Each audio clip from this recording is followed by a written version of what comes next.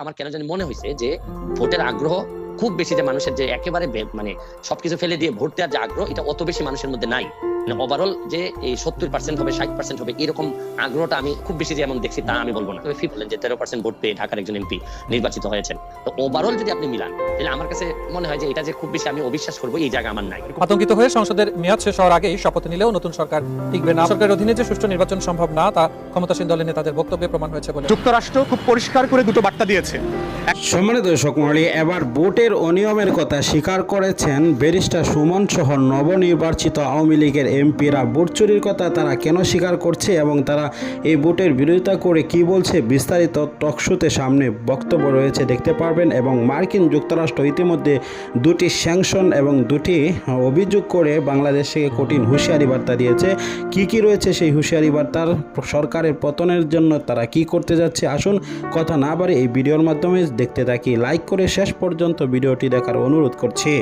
Barrister Saidul হক সুমনের কাছে আসি। ব্যারিস্টার সাইদুল হক সুমন, আমরা কিন্তু এই যে ভোটের সংখ্যা নিয়ে, পার্সেন্টেজ নিয়ে, এমনকি এই ইলেকশনের পরদিনই চিফ ইলেকশন কমিশনার আমাকে একটা ইন্টারভিউ দিয়েছেন। সেই ইন্টারভিউর মধ্যে মানে এরকম কথাও বলেছেন যে দুপুর 2টা পর্যন্ত তিনি আসলে দুপুর 2টায় তিনি যখন ঘুমাচ্ছিলেন তখন তিনি জানলেন যে আসলে ভোটের পার্সেন্টেজ 28 না 40 না 40 না 41 এরকম কথা আর কি। আপনার কাছে কি মনে হয় এই 41% ভোট আসলে কারচুপির ভোট, 41% ভোট আসলে ব্যালট স্টাফিং এর ভোট, 41% ভোট আসলে এই গভর্নমেন্টের ফেস সেভিং ভোট, মানে অনেক রকম দুষ্টু বুদ্ধির ভোট?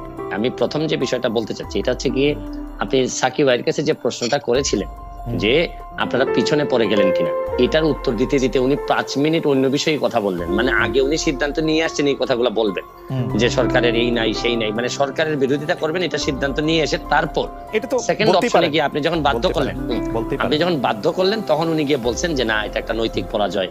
কিন্তু বিষয়টা কি, ডিসপিউটেড কোয়েশ্চেন অফ ফ্যাক্টের কথা উনি বলছেন বারবার, যে ওই শামীম পাটোয়ারি ভাইয়ের কথা বলছেন, অমুকের কথা বলছেন। এইগুলা বলার মানে কিন্তু হচ্ছে গিয়ে ভোট যে একটা প্রাণ চঞ্চল বা একটা প্রাণবন্ত ছিল এটার কিছুটা প্রমাণ পাওয়া যায়। আর আরেকটা বিষয় হচ্ছে গিয়ে যে সাকিব ভাইরা এখনো ওই যে উনি কিন্তু এবার নির্বাচন করলে কিন্তু উনি এখান থেকে কথা না বলে ওনার এলাকায় নির্বাচন করলে কিন্তু আরো অনেক ভালো করতে পারতেন, উনি আরো ব্যাপারটা আরো সামনাসামনি নিয়ে আসতে পারতেন। কিন্তু ব্যারিস্টার সুমন, সাকিব ভাই রাজনীতি তো আপনি ঠিক করে দিবেন না। সাকিব ভাই তো এইটাই রাজনীতি করতেছেন যে তিনি ইলেকশনে অংশ নেবেন। আমি ঠিক করে দিচ্ছি না, বলছি কি উনি তো এখান থেকে ডিসপিউটেড কোয়েশ্চেন অফ ফ্যাক্ট গুলা নিয়ে কথা বলছেন এবং উনি ধরেই নিচ্ছেন যে এগুলা ঘটছে, সেটা একেবারেই এরকম না। আমার কথা হচ্ছে যে উনাদের ধরেন উনি বলছেন যে অসহিংস একটা বিষয়, কিন্তু আমার এলাকায় ভোটের আগের দিন আমার 3টা সেন্টার জ্বালিয়ে দেওয়া হলো, তারপর সকালবেলা এগুলা ঠিক করে ভোট, মানে সহিংসতা চেষ্টা কম হয়নি। কিন্তু উনারা যে জায়গা থেকে সহিংসতা করতে চেয়েছিলেন, আমি সাকিবের কথা বলছি না, অন্যান্য যারা চেয়েছিলেন তারা কুলায় উঠতে পারেননি। বিষয়টা হচ্ছে কি, ওনারা যে একেবারে ছেড়ে দিয়ে অসহিংসতা বেনিফিট বা ক্রেডিট নেওয়ার চেষ্টা করতেছেন, এটা একেবারে আমি মনে করি না যেটা সত্য। তারা যদি দাঁড়ানোর সক্ষমতা থাকতো, তাদের যদি ম্যান্ডেট থাকতো। আচ্ছা, আমি একটা জিনিস বলি, মানুষ যদি ওনাদের প্রতি এতই ভালোবেসে ভোট দিতে না আসে, 90% লোক বসে থাকে, তাহলে এই 90% লোক আন্দোলনের সময় কই থাকে?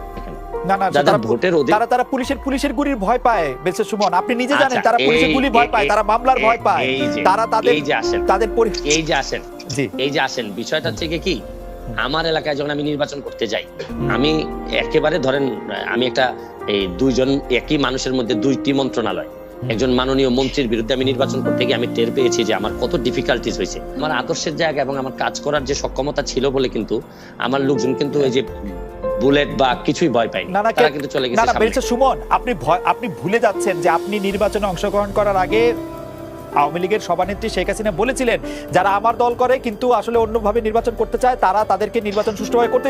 তিনি অরিজিনালি নৌকার সাপোর্টার, আওয়ামী লীগের মানে একজন কেন্দ্রীয় লোকের চেয়েও আপনার আসলে এক ধরনের পরিচিতি ক্ষমতা বেশি নানা কারণে, তো সেই কারণে আপনি এটা করতে পারছেন। এটা কি একটা বিএনপি লোক করতে পারতো এরকম? ওনারা তো আগেই ছেড়েই দিলেন আমাদের। দেখেন, বিএনপি যদি নির্বাচনে আসতো তাহলে কিন্তু আমার নির্বাচন করা হতো না, আমাদের কিন্তু একজনই থাকতো।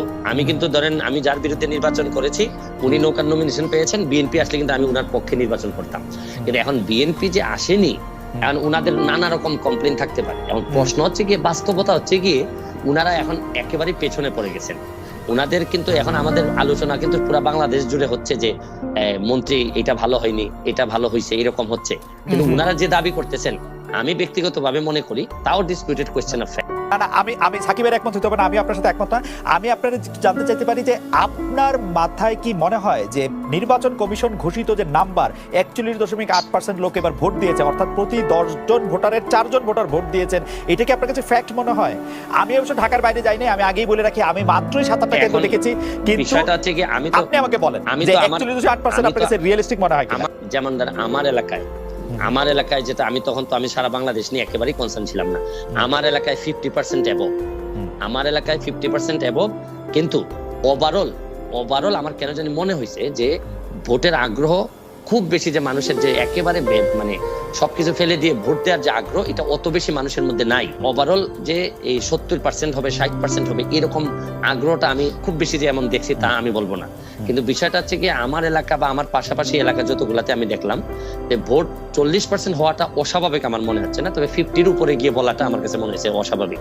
এখন এটা আবার ডিপেন্ড করে, কিছু কিছু সেন্টারে হয়তো আপনি যেটা বললেন যে 13% ভোট পেয়ে ঢাকার একজন এমপি নির্বাচিত হয়েছে। ওভারঅল যদি আপনি মিলান, তাহলে আমার কাছে মনে হয় যে এটা যে খুব বেশি আমি অবিশ্বাস করবো এই জায়গা আমার নাই। আপনারা হয়তো অবিশ্বাস করতে পারেন। আপনি এবার মনে করছেন যে নির্বাচন কমিশন কোনো আনফেয়ারমেন্ট সেটআপ করেছে, ভোট স্টাফিং হতে আমি তো এটারই রেজাল্ট হয়নি বলেই তো আমি আসতে পারছি, নাহলে আমি আসতে পারতাম না। না, আপনারটার ব্যাপারে আসলে সাকিব ভাই কোনো ডিসপিউটও করতে চাচ্ছেন না, আপনার ব্যাপারে এককভাবে আলোচনাও করতে চাচ্ছেন না। তিনি বলছেন সার্বিকভাবে আমি যতটুকু প্রশাসনের সাথে আলাপ করছি, আমার পুরো সিলেট বিভাগ।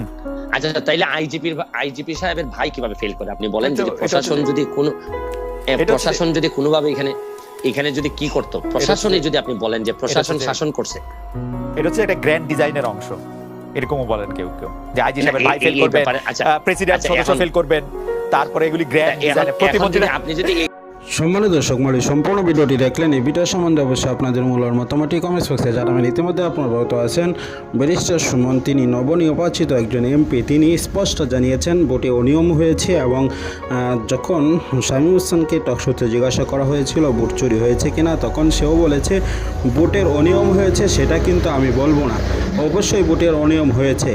এদিকে যখন সিএসি হাবিবুল আহওয়ালকে বলা হয়েছে যে আপনার এই ভোটের অবস্থা কি, তখন সে বলেছে ভোট সুষ্ঠু হয়েছে, সেটা আমি বলবো না। অর্থাৎ ভোট সুষ্ঠু হয়েছে সেটা কেউ বলেনি, আর সেজন্য আমেরিকাও সুযোগ পেয়ে বলেছেন যে ভোট সুষ্ঠু হয়নি, নতুন করে নির্বাচন দেওয়ার আহ্বান করেছে। যদি নতুন করে নির্বাচন দেওয়া হয়, সেই নির্বাচনটি হবে জাতিসংঘের অধীনে নির্বাচন, নয়তো তত্ত্বাবধায়ক সরকারের অধীনে নির্বাচন। যদি জাতিসংঘের অধীনে নির্বাচন এবং তত্ত্বাবধায়ক সরকারের অধীনে নির্বাচন হয়, তাহলে সেই নির্বাচন সুষ্ঠু অবাধ নিরপেক্ষ হবে বলে আমরা মনে করি। আর যদি এরকমই নির্বাচন আবার করা হয়, তাহলে যতবার করা হবে কোনো ফায়দা আসবে না বলে আমরা মনে করছি। এই বিষয়গুলো নিয়ে আপনার কি মন্তব্য অবশ্যই কমেন্ট বক্সে জানিয়ে দেবেন।